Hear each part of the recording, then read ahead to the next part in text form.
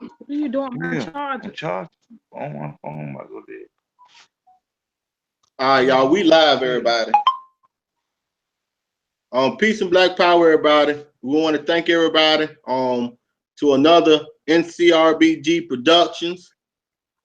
Today we got a powerful show lined up for the people. So if you are watching or if you come in to watch the show, you know we want to thank you for coming. We're gonna start the show off a little bit different today.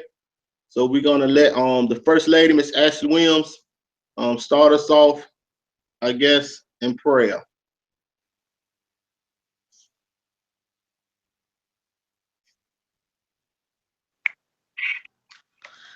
Okay. God, in the name of Jesus, we come. God, I ask that you open up our eyes so that we may be receptive, open up our ears so that we may hear and listen, Lord God, and receive the things of you, O Lord God.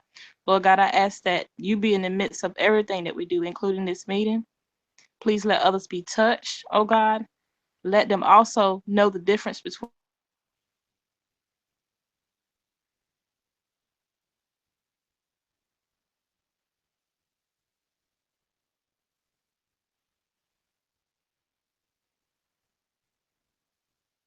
Hello?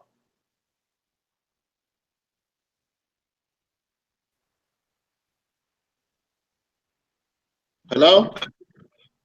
hello. Yeah, you went dead for about the last 30 seconds. We didn't hear anything.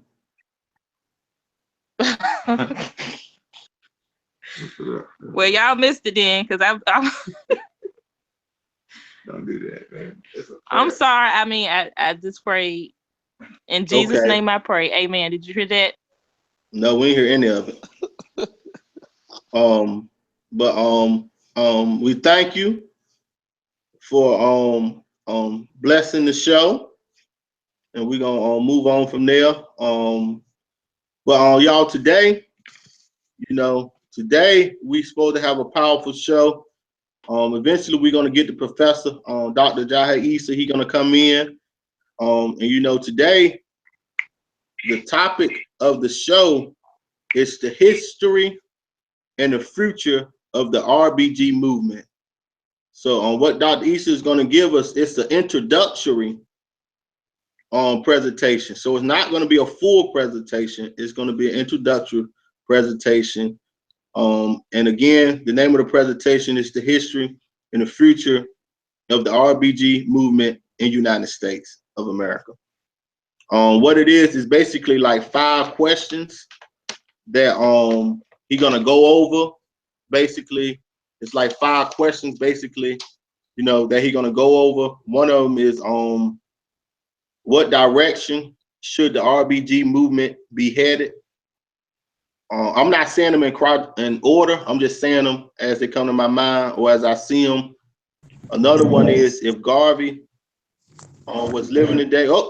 I think we got some action. All right, brother. How y'all doing? All right, peace. We good.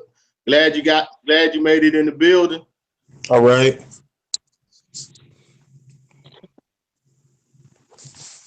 I was just, giving people the layout, the name of the lecture, and I was going over on some of the 5 points that you was gonna touch on. But now that you're here, I'm gonna shut up and let you take it from there. All right. Peace, everybody. How's everybody doing? Can you hear me? Peace. All right. Good. Yeah. Well, how many people we got in the house? Where's it's 7, it's 6 of us, and with yourself makes 7. We had 1 person to come in and left, so they may be coming back. It's 2 more people that's possibly gonna be coming in as the show go on. All right. We got people watching us live. Yes. Yes. All right. Very good. Well, let me get started. I got about 30 or 40 minutes. So this is really an introduction. This is by no ways a totality what needs to be said. It's almost impossible to do it like this, and I pray that when I come down in early April, we'll have the people there where I have developed a PowerPoint presentation for such an outcome. From what my understanding, there's really never been an examination of the ideological origins of the RBG movement, right? So what I'm going to do is just go over some bare points that need to be dealt with as it regards the RBG movement.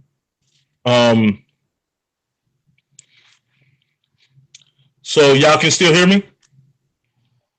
Yes, we can hear you. All right, can I get an amen or something? Y'all black Southern? What's good? Yeah, I know we on white folk technology, but we can still be black. Y'all hear me? What's up? I guess everybody a little timid. Hey, brother, I'm in here making a sandwich, man. I'm listening. All right, good. Yeah, just let me know. Just like at a church, give me some feedback to let me know y'all there. Well, there you go. We still black folk. All right. Well, so when we say RBG, I did a few Google searches and I was always interested in the origins of the movement, but we don't find much information about the origins. Now, we know that it's Pan-Africanist, right? Although the RBG movement is really not organized in any sense to be Pan-Africanist, meaning having an intercontinental connection with Africans, not only in the United States, but throughout the diaspora, and most importantly, with Africa, right? So it's Pan-Africanist. A lot of people, when they think of RBG, of course, they rightfully think of the red, black, and green flag, which is a outcome of the Garvey movement. But besides that, we really don't know the history, right? And then we get a lot of pseudos out there who try their best, to explain it, but because they haven't been trained, a lot of people come up empty and without really an understanding of what's really going on and why this is important and why this is the base of black culture. Now, RBG movement, as we know it, we're talking about a youth movement. But first, let's start with just the foundations of RBG. It predates Garvey. When we say RBG, we're saying red, black, and green. When we say red, black, and green, we are saying nation because we're referring to a flag. And a flag is representative of the nation. And the nation existed before Garvey.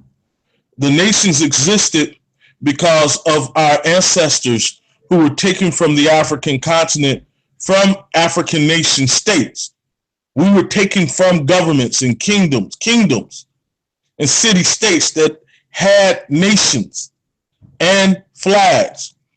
And we were trained to be nationless, right? And so when we ended up in these plantations throughout the African diaspora, whether we be in the U.S., Brazil, Puerto Rico, Trinidad, Jamaica, Brazil, Peru, you name it, Colombia. Colombia has 70 million Africans. Brazil has over 100 million Africans, all via the slave trade, right? And so we take, because of our isolation, the isolationist approach that we have in the United States, we don't tend to think that there are other black people out in the diaspora, the African diaspora, who think just like us, right? They think just like us, just like what you're doing, Brother Jason and Brother Stewart and the other brothers and sisters in North Carolina and throughout the country and the world. You got black people all over the world, youth, doing and thinking the same way. All right, so the history of the RBG movement cannot be talked about without talking about first, briefly, the African states that we come from, the territories in which we were taken from. Now, I recently did a talk at the on Sonetta on Henry Louis Gates' African Civilization series. Did anybody see that? Yeah, I saw you on Dr. Celine and Dr. Farragut. Farragut, right? Yeah. So and of course, none of this is all basics. I mean, introductory stuff, right? But what I tried to paint, the picture I tried to paint is that of the fact that by showing these nation states that we came from, that they were highly civilized, right? That they were highly civilized states, that they were not disorganized. They were militarily retarded as regards in comparison to what was happening to us with the Arabs and the Europeans, and how they were able to come over and do some very serious things militarily to us, because we were not organized. We didn't have that development. We were chilling. We were peaceful, right? To an extent. Of course, we had problems. We were human beings, but we had no idea what was approaching us. And we thought that these Europeans and Arabs really wanted to do trade, and they didn't want to do trade, right? They wanted to control and dominate it, and they did want to do trade. They wanted to trade us, right? And that's how we ended up over here. Look at us. Look at me, phenotypically, right? If I didn't say anything, you can put me right in the midst of any kingdom in Western Central Africa today, and I will get lost, right? Because that's where we are from. And we don't talk about that. Because we don't know. And we haven't been taught where we are from. We have no idea as to where we are from as African people. So we can't talk about RBG without talking about Africa. Now, a lot of young people like to talk about RBG and try to dismiss the African point by arguing our Native Americanness, which is all foolishness, right? These are people who have no fundamental training in anything. And so because we've been taught to hate Africa so bad, we have made up this fantasy history, sort of like what the Mormons have done. Mormon religion is an invention of the Americans. So now we have invented this concept through the Moors, primarily, that we are not African and that we are indigenous to here, primarily. And they have no understanding of history. They have no references. They get sources here and there. They don't even know how to use the sources, and most definitely don't know how to use it in proper historical methodology. So when we say RBG, red, black, and green, we have to start off with Africa and the kingdoms in which 20 million of us were snatched and brought over here alive. And then another 80 million of us died in Africa on the way to the slave dungeons and through the Middle Passage. And some of us died within days and weeks once we were brought here. But still we rise, we're here. Right? And then from there, we got on these plantations, just like any group of people who are snatched up from their homeland. There's a memory. And you're going to try to resist and return back to what the origins of which you were taken from. And we tried that. So in North America, in the United States, there were more than 300 attempts at what people call slave revolts. They were not revolts, because in order to revolt, you have to be a part of a kingdom, or a part of a state or a nation. And we were not a part of the American state. We were the victims of the American state. So we did not revolt. Right? These were armed resistance movement in an effort to rebuild African kingdoms in the diaspora, with the efforts and emphasis of always returning back to where we were taken from. Right? And we did have that happen. We did win some battles in the diaspora, but some of us went home, but most of us didn't. We were overwhelmed by a more politically astute and most definitely militarily sophisticated group of people. Right? And that is our legacy. And there's nothing we can change about that. Those are facts. Those Africans those human beings or Homo sapiens sapiens who were able to cross over the land masses, land bridges, and who came over here 20, 30, 40,000 years ago, 50,000 years ago, so some of them, you had two major waves. You had these heavily melanated people who came over tens of thousands of years ago, and then you had an Asiatic group that came over 15,000 years ago, right? But once the European came here, particularly with the Portuguese first, then the Spanish, they wiped those groups out. They committed genocide on them, right? And those indigenous Africans were wiped out. So a lot of the pictures of what people are showing are pictures like what we see in a hostage, right? Indigenous people mating and mingling with African people. And so you get this particular type of complexion, right? But because some of these guys are amateur historians, they're just putting and pasting stuff together. And it has become a religion to people. I don't even argue with them. All right. So as we move on and we talk about the RBG movement and the origins of the RBG movement, we move into people like David Walker, who had a major influence on people like Nat Turner. Right? These are Pan-Africanist people who were always trying to go home. One of the largest armed resistance movements in the United States occurred in Louisiana in 1811. That was the largest one. And there was a movement to take over the government and then go back to Africa. But it was not successful like many of them, right? But when we go to places like Brazil and Suriname, they had successful. And of course, Haiti was the largest armed resistance movement. It was not a revolt. We were using improper terminology, right? Because the Africans who were in Haiti were not citizens of France. They were citizens of the African kingdoms that they were taken from, just like us. And to this day, we are still citizens of the African kingdoms that we were taken from because we never relinquished our citizenship to the African continent. Unlike those immigrants who come to this country today, they have to relinquish their citizenship to get another citizenship. They gave us citizenship, but we did not relinquish ours. It was forced upon us, right? And so I can talk about a whole lot of other historical figures during that time before Garvey. We have Martin Delany. These are just very important people.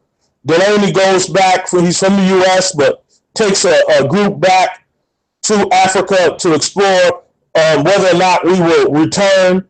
Then we had the founding of Liberia. Liberia, West Africa, was founded by Africans in the United States who wanted to go back home. And the United States government, under James Monroe, granted them the right to return. It was called subsidized repatriation, right? And the U.S. government subsidized black people who wanted to return back to Africa, and they ended up in Liberia. Some of them caused problems, but not all of them. That's another fallacy in history. People just don't know the history, so I'm not going to go into that much. You have people like Bishop Henry McNeil Turner, right, of the AME Church. And this is another thing, the church. You see, when you say RBG and Pan-Africanism and Black nationalism, because they're one and the same. RBG is Pan-Africanist and it is Black nationalism. But up until very recently, over the last 30 years, there was no RBG or Black nationalism or Pan-Africanism without the Black church. And the Black church was the central operating system for Pan-Africanism or RBG, right? So there's RBGism before Garveyism, right? Or there's Black nationalism and Pan-Africanism before Garvey, and those who are operating this are the Black church leaders, right? And at this time, they're not too far removed from Africa. right? Even after the American Civil War, we had tens of thousands of black people in this country who were African born. Even on my family side, we had African born. And almost everybody looking and listening to this who are from the U.S., and if you're black, right at 1880, you had some family member during 1880 who was either African born or had a relative or a close first cousin who was African born. Right? And so then we get to the 1920s, right? And Garvey comes on the scene. Why Garvey is important? Because Garvey organizes already existing Pan-African institutions, right? Whether they were the Black Church, the Masonic organizations, yes, the Masonic. So all this false information about the Masons, that's bootleg and all of this silliness. I don't even get into that pseudo history. I don't. Right? I'm a social scientist. I'm a trained social scientist. So I don't even answer and get in and try to even articulate all that drama and misinformation that's out on in the conscious community. Right? And so we have the Garvey movement. And Garvey comes on the scene and organizes all of the black nationalist institutions under the umbrella of the Universal Negro Improvement Association and ACL, African Communities League, right? And so he organizes all of them in the world. We're talking about the world's largest black mass movement, 10 million members, right? And many of your relatives were part of it. There was almost no black family at that time in the 20s that was not a part of the Garvey movement or the Universal Negro Improvement Association. And it was not just a back to Africa movement. It was a nationalistic, imperialistic movement, right? And that's a whole nother lecture when we talk about Garvey. But of course, everything we're talking about now is just background information to the RBG movement. And then we have, at the Garvey movement demise, we have a lot of splinter groups that come out, like the Moorish Science Temple, the Nation of Islam, some small Hebrew sects that come out. The largest of that comes out of the Garvey movement was a lieutenant by the name of Elijah Poole, who was a member of the Garvey movement, right? He was a corporal in the Garvey movement, in the African Legions, the military wing. And he sets up, a decade or two later, the Nation of Islam, right?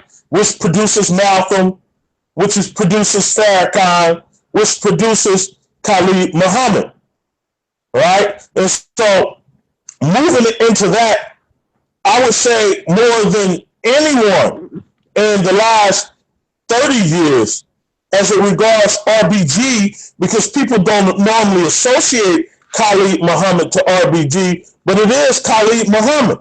And let me tell you what hip-hop artists that a lot of y'all don't associate with having the most impactful relationship on the RBG movement is a person by the name of Ice Cube. Why? Because it was Ice Cube who put Khalid Muhammad, when he was doing his album, his debate album against Eazy-E, and he had to come to New York. And so Khalid Muhammad, he's introduced to Khalid. And that's when Khalid starts making samples on all of Ice Cube's songs. Right? And of course, we have Tupac Shakur, who comes out of a black nationalist family. Right? His mother was a Panther. So when we say RBG, we have to talk about contemporary RBG. We can't talk about it without talking about Farrakhan, who teaches Khalid, who hooks up with my man Ice Cube, and then from there, there's a hookup with PE, Public Enemy, right? And we get my elder, Professor Griff, and Chuck D and Flavor Flav. I told Professor Griff not too long ago, about 2 years ago at a conference, I said, look, it was your music that influenced me to do a PhD in history. And I said, your music influenced a lot of us young black intellectuals, right? And without that music, Ice Cube too, we would have never gone and been able to study the ideas which shape movements, right?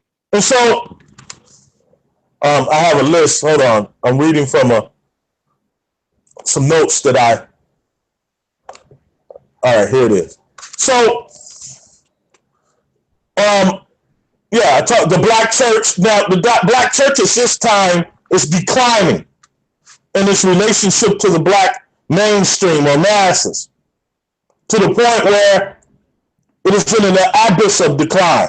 But you don't have a successful RBG movement without the black church, because the black church has the mobilization and the institutional backing of a nation, right? There are many nations within community. In fact, they are the nut and bolt of the black communities wherever we are. And we have a lot of young folk who talk so bad about their mama and daddy in the church, right? Without trying to figure out how do we work and take over the church, because they have the institutional backing to do whatever they want to do, right? And when I was doing my PhD, I would fly back and forth to Ghana a lot.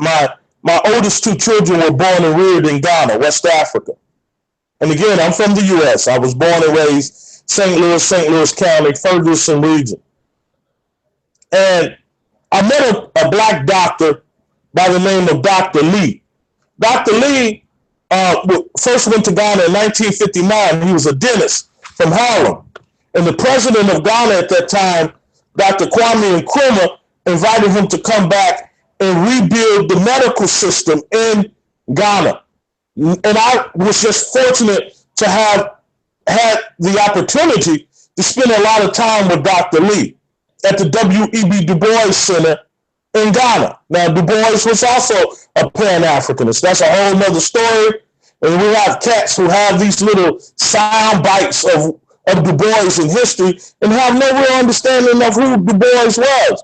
There would be no modern Pan-Africanist movement had it not been for Du Bois. And I'm a Garvey scholar. I have publications in Garvey, right? So I can say that, right? So, but Dr. Lee told me something that stayed with me today. He told me this in the early 2000s. He died around 2010. He said, young man, I see you're a serious Pan-Africanist. I see you in my country all the time. He had thrown away his U.S. passport and become a citizen of Ghana 30 years prior. He said, but let me tell you something, how I was able to make it. He said, when the people take a step backwards, you take a step backwards with them. When the people take a step forward, you take a step forward with them. Never be above the people. Never. Always be with the people. Right? And so we have a lot of young people who have access to technology and they think they know something about history and they have sound bites on small parts of history, and they come up and they start dissing their mama and their daddy by dissing the church. Y'all don't know what y'all doing. Y'all this, y'all that, y'all stupid. Right? And in doing that, you lose the most sustainable institution within the black community. Right? Instead of working with the black church. So back to RBG movement, and of course we haven't moved past it because there is no RBG movement without the black church. Right? Because it is the black church is what made Marcus Garvey who he was. And it wasn't the other way around. But you must understand this history. And you don't understand this history unless you're taught. And to be taught, you have to have the basic requirements, prerequisites. All right. So moving forward, PE, Tupac. All right. There are others, but I'm talking about those who had a major impact, which led to the RBG movement. All right. And then the early 2000s. What happens in the early 2000s? All right. After the 90s, we had the mass incarceration period, in which a lot of brothers and sisters ended up incarcerated on nonviolent offenses due to the drug wars against our people. Right? The drug wars. And so we had a vibrant black prison population, in which going to prison means that you're a slave, according to the 13th Amendment of the United States Constitution. You're a 13th Amendment slave if you are incarcerated. You are a state, you are a subject of the state or the federal government, right? And so out of that experience, we had all of these brothers and sisters coming out of jail after doing 5, 10, 15, 20 years because of the crack wars, right? Who were slanging crack. And you had them reading in the jails, right? And you had these groups called the bartenders. The bartenders were ex-prison people who were in jail, got in shape, and were doing some studies in prison while they were incarcerated. And they began to focus on health and exercise. I need to run into some bartenders because I'm really trying to get my health back together. I've lost about 30 pounds over the last 6 months. All right. And so the bartenders are important. And then seeing that and understanding that, you had these young intellectuals, because Tupac was an intellectual, so was Ice Cube, right? But you had some particularly who were heavily influenced by the prison population and wanted to address that issue and organize them and give them some more systematic knowledge. And who was that? Dead Prez, none other than Dead Prez. Dead Prez does that, right? But some of a big though. What I'm saying is, Hey, can y'all hear me? What's going on? that I was given, none of those Hello? informations were on there anyway. No, when I got my sheet, it wasn't on there. Oh no, I hear Hello? you. On the dot, on the mic, in the summary, on the offload. Yeah. No, that's what I'm saying. On my summary, Hello? none of that. Yeah, I'm here. I'm looking top Yeah, I'm of here. no. I don't know. I thought you got Yeah. something planned. Hey, Mel, don't mute your mic, bro. I looked at everything I could real quick. Yeah, y'all gotta boot them out. So I can finish. I got this. You good now? I muted it. All right. So, all right, because I don't have a lot of time. And I took my time and put this together because there are hundreds of thousands of black youth who are influenced by the RBG movement, and nobody has ever told that story, right? And since I am a professionally trained historian in U.S. and Black nationalist, Pan-Africanist history, I was able to do the research and find this little information. And again, this is just an introduction, right? And so that group that I was talking about in the early 2000s is none other than Dead Prez. Dead Prez did more than anybody to popularize the RBG movement. Why? Because in 2003, 2004, they came up with the concept RBG, red, black, and green, taking it straight from Garvey, but making it gangster but revolutionary, right? And that did more than anybody. And then they linked up with the conscious community who were advocating health, right? And out of that movement, you got the spinoff of the debates, such as people such as Sonetta. Sonetta comes out of this. And a lot of y'all are impacted by the RBG movement via Sonetta and the YouTube. So the RBG movement, or Black nationalism or Pan-Africanism, moves to social media from this. right? And through the debates, you get people like Seti. You get people like Polite. You get all of these other people that the whole world gets to see. These are all spin-offs of black nationalism, aspects of black nationalism. And black nationalism, up until the last 30 years, was generally led by the black church and black intellectual. But over the last 30 years, the black church and the black intellectuals have been cut off from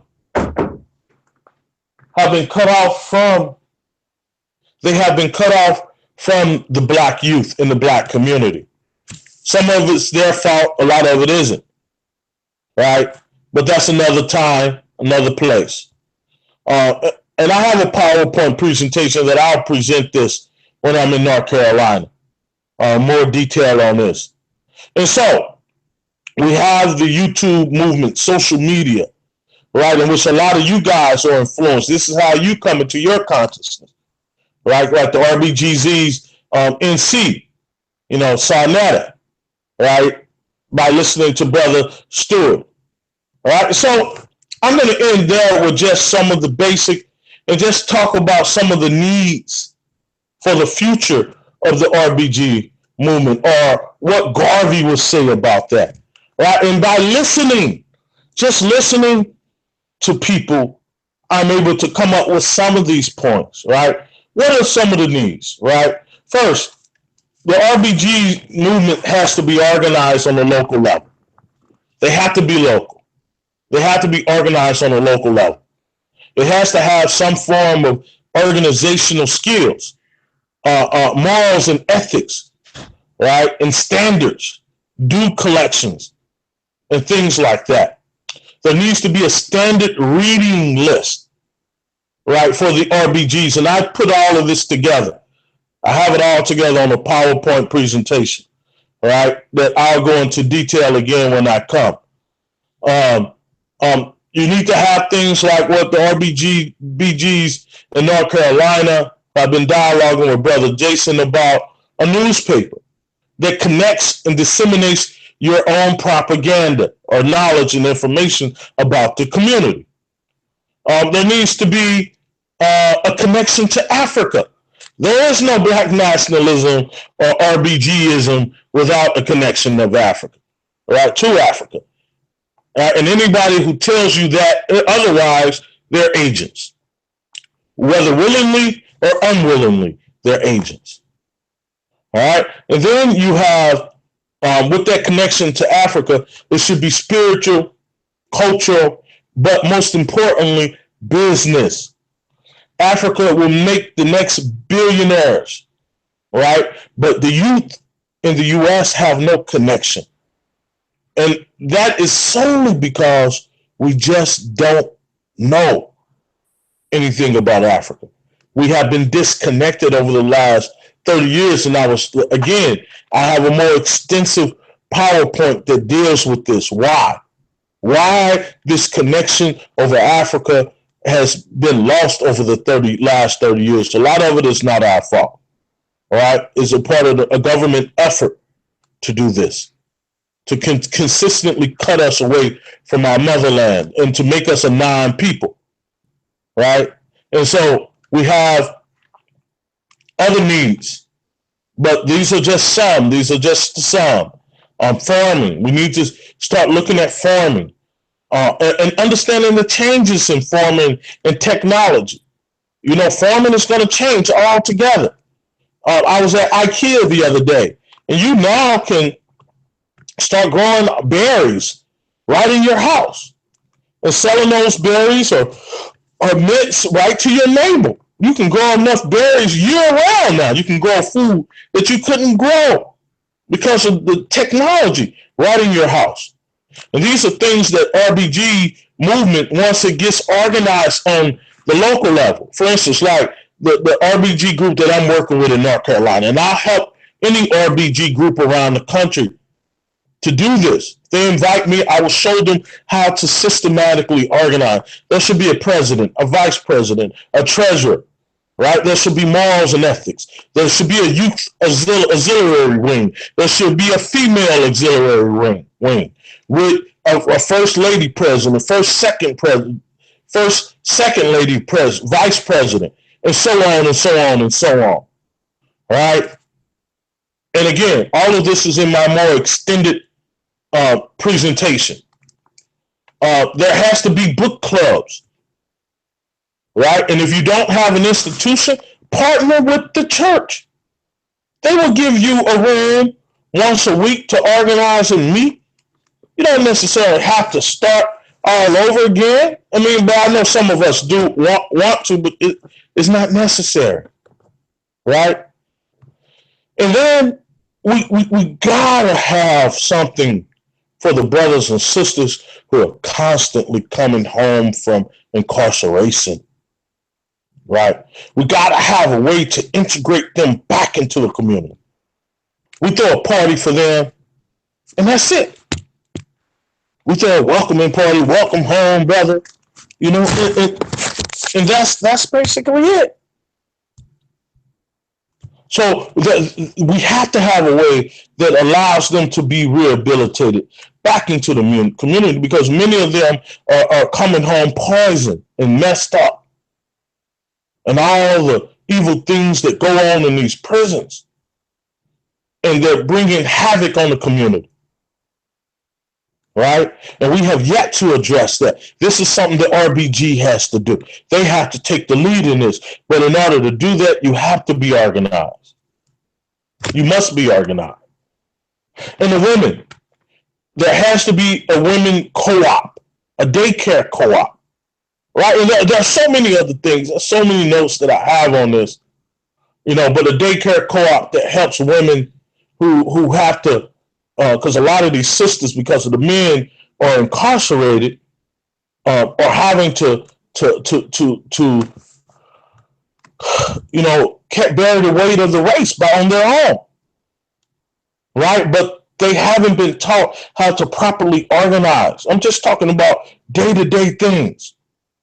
So if a sister has to go look for a job, she needs somebody to help raise her kids, right? To watch the children, right? And all of this can be taken care of through the RBG movement, right? And businesses, right? And let me get back to this prison issue before I end, because I have another 10 minutes. With the advent of President Donald Trump and his new Secretary for Justice, they are trying to increase the prison population. That means a lot more of us are going to be going to jail. And a lot of us don't need to be going to jail. We're going to jail for the wrong reasons. We're going to jail for doing illicit activity that we really shouldn't be doing, right? And believe me, they are watching. This is very important. And they're going to start coming down even harder than what we've ever seen. The first thing that happened when Trump was announced president, the private prison stocks went up exponentially, right? And there was a major uprising in Delaware over this, in Dover, Delaware, about 3 weeks ago, where the prisoners took it over and had their own agendas on what they thought should happen, because they knew what was about to happen. So many of us are going to be going into these prisons. Some of us are going to be set up, right? And let me tell you, every brother ain't a brother. You know, you got agents and guerrillas in your midst. Dr. Clark would always say, trust nobody, right? You know, but a good spiritual system would help alleviate a lot of that with the trust, right? A good moral and ethical spiritual system based on ancestral veneration will help with that. But that's more in a more detailed conversation, you know. So this is what Garvey would say, you know, when you talk about the RBG movement. These are the things that he would say, as I just stated. He would say prison. do business with Africa. And if you can, let's do yearly Mecca's pilgrimage back to the African continent, right? And do business. There's so many products that we can do, so many things we can do and do business and make big money on the African continent by shipping products back and forth from here to there and vice versa, right? And I know on tax return day, you know, some of our women are getting $10,000, $15,000 back. Take 5, 6 to half of that, you know, buy a ticket to Africa during February when you get your tax return. That's $1,200. Have another, you know, $1,500 for a business. Make some partnerships, and you start importing. Go over and you link up with somebody, and you start importing and exporting goods and services. Right? This is what Garvey would say. Garvey would also say, let's be self-sufficient, as I said, with farming, having our own farming, right? What's wrong with, when I was teaching at ECSU, I was always with the people. Brother Tony would tell you that. That's how I linked up. That's how I was raised.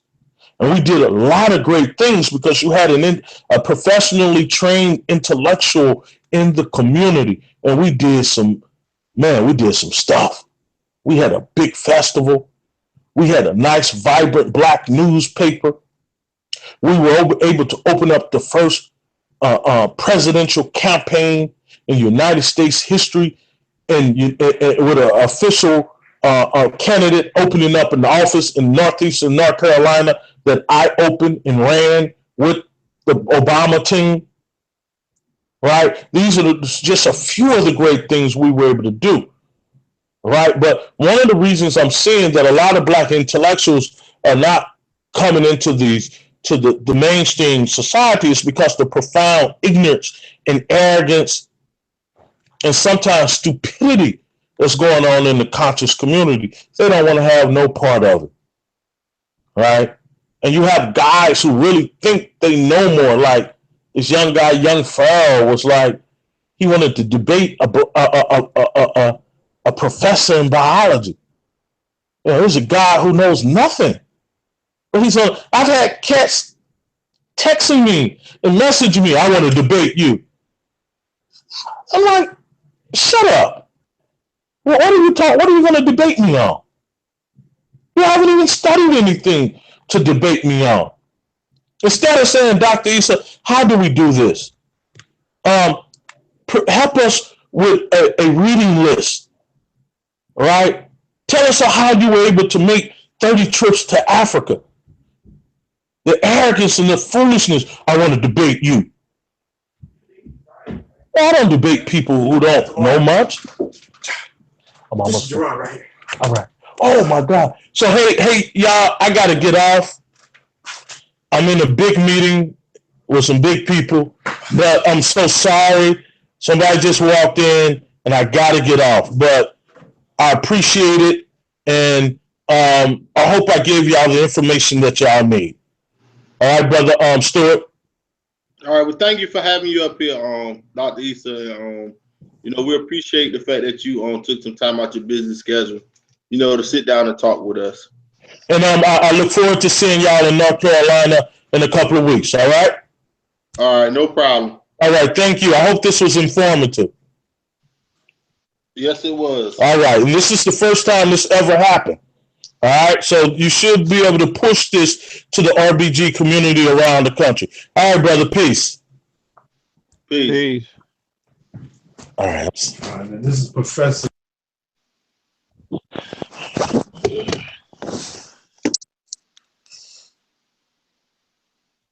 All right. Well, y'all heard it from the man himself. So what y'all think, man? And I had a couple questions I was gonna ask him, but you know, I run my questions by him a little bit later. But everybody that's on the panel, what do y'all think about what y'all just heard? Melvin, I'm glad you made it, man. Glad we got California in the building. We got the West Coast that's in here. Finally. Glad to have you here, bro. Glad to have you here. And You know what I'm saying? Anybody y'all got anything to say? Y'all go ahead. You know what I'm saying? I'm gonna mute people. Everybody mic should be unmuted.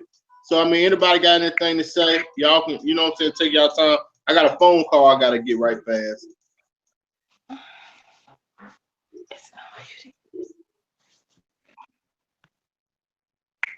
Well, you know what? It's open, man. Anybody got anything to say on what y'all think? Look, I'm gonna start with you, Al Tariq. What you thought about what we heard right fast?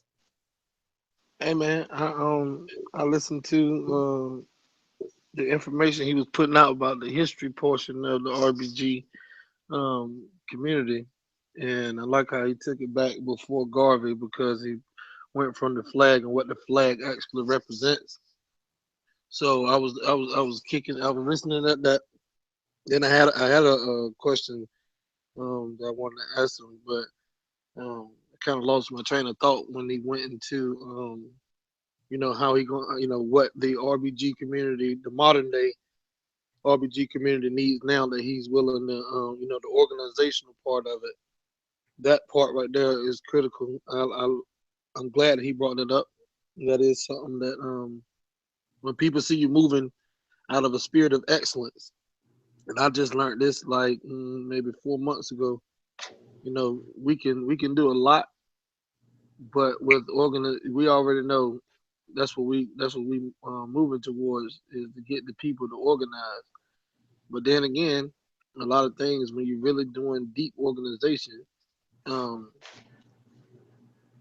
it's best to do some things behind the scenes and then let the work show for itself. Because if everybody know your secret, then you ain't gonna have nothing to tell somebody the next day. So when he brought up the organization part of it, I really like that fact that he brought up. My bad. All right, yeah, that's what's up. You know, that's why we got the professor to come help us out.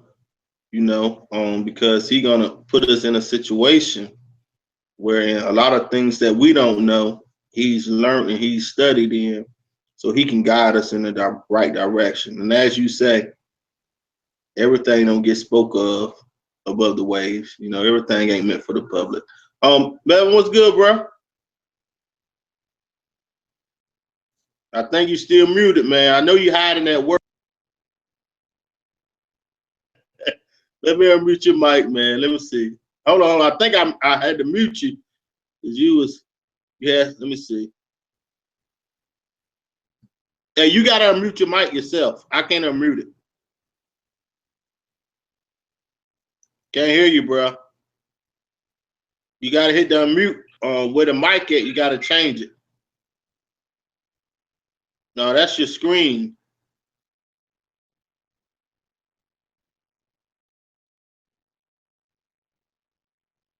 All right, well, while he working on that, while he working on yeah, I can't unmute it. He got to unmute itself.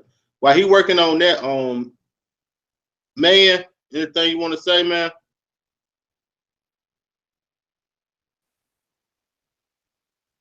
Marquise.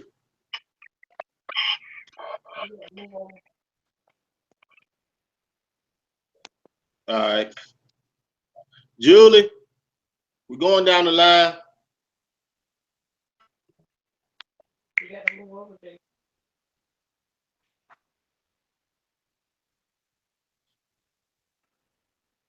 Jason. Yeah. All right. I mean, anything you want to say, man? Yeah, I wanna thank Dr. Issa for taking his time out, his busy schedule, to get with the people and the information that we definitely need. I can't wait till the end of this month, for me to get down here and work on some stuff that's definitely needed in the community. And I want to thank everybody who took their time out to join the show and just to listen, take time out to see what's going on in the community. That's about it. All right. And you know, I'm gonna echo his settlement. I thank everybody. You know, we really thank Dr. Issa. We got to get him down here. For all those that's in North Carolina, we wanna, you know, I don't want to say we want to pressure you, but we will hope that when we get them down here, that you can come in the building and, you know, break bread with the family so we can all build. And let's do it, man. Let's put this thing in action. That's what NCRBG was built for. I don't know what some people thought, but like, this ain't a game. Like this ain't a game. It's not a game. So when we started this organization, I don't mean to interrupt, my bad. When you supposed to be down there? Well, we're gonna try to get them down here at the end of this month, beginning of next month. It's gonna be the end and the beginning, right around actually like 2 weekends from now. We trying to get them down, but we trying to get them down here for a nice little time, not a day or two. Oh, you know, okay, cool. Because on the 28th, but you plugged in out to reach, so you know we're gonna make sure we keep you informed and everything we got going on. All right, cool. You know, well, you know, we can't say too much, but just. Y'all hear me now? I think that's Melvin. Yeah, we can hear you now, Melvin. All right. Peace and love, everybody. I definitely agree with everything he said. Even the debate part, the debating is pointless now. So I used to go hard at the boys on the book, man. But I discovered, man, it's a pointless conversation. So I started trying to go in other directions. You know what I mean? I definitely agree with growing your own foods, definitely making your own meds. That's real power that can be used, you know what I mean, at any time. Versus, what's up, man? Versus, not being able to do that. Like, I don't go to doctors. I teach my kids this. You know what I mean? And if anybody want to know what I know as far as making medicines, I don't know a lot, but I'll be more than happy to share what I do know. And Cash wanted to debate. You know what I mean? I'm not into debating this so much anymore, man. I'd rather teach. You know what I mean? And put the message out that way. Because debating only keeps us further divided. Really, when you look at it.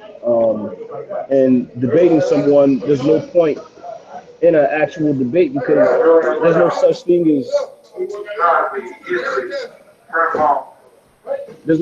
as actually winning the debate, because if you're trying to convince, the person you're debating, they're not gonna accept any information from you because they already have their view. So, let's focus on teaching people who actually want to learn something. Those that don't know, if those that think they know, all right, let them know whatever it is they think they know. Let's focus on children and other adults that want to learn something. And I'm right with you, man. I agree with you. That's why we got you up here. You know what I'm saying? Because I know you be doing your herbs and your little formula. So, we're going to talk to you and see how we can, implement that, or you can teach us to use around here. You know what I'm saying? Because that goes right along with what Dr. Issa was speaking about when he was talking about having our own gardens. Because we need to be able to heal ourselves. Definitely, man. I bought a book on bacteria, fam, and I learned more about bacteria in the first 30 pages than I had my whole life. And I thought I knew a little something, you know what I mean? Mm-hmm. From good bacteria to bad bacteria, how bacteria spread and actually leave genetic code for other bacteria to pick up and become immune to whatever it was already immune to. Man, you know what I mean? So that's stuff we need to know. You know what I mean? Facts. Being able to look at a plant out in the wild and know that you can use this plant for medicine or topical uses, that's real power. Because if everything was to go to hell right now, what would you know? Do you know how to hunt? Do you know how to grow food? Can you make some medicine? So that's what my focus is right now. You know what I mean? And like I said, I'll be more than happy to share what little knowledge I do have on the subject because I'm still learning myself. That's what's up. That's the name of the game. We are each one teach one. Al Tariq, you were trying to say something, bro? Oh yeah, man, my bad. I didn't want to jump in on my man, but when you were saying about the gardens, I know that you had told me about that before, and I just got introduced to something. Have you ever heard of the Living Off the Edge project? Mine. No, it's the first time I heard it. Okay, hold on. Let me go in another room so I can tell you about it real quick. All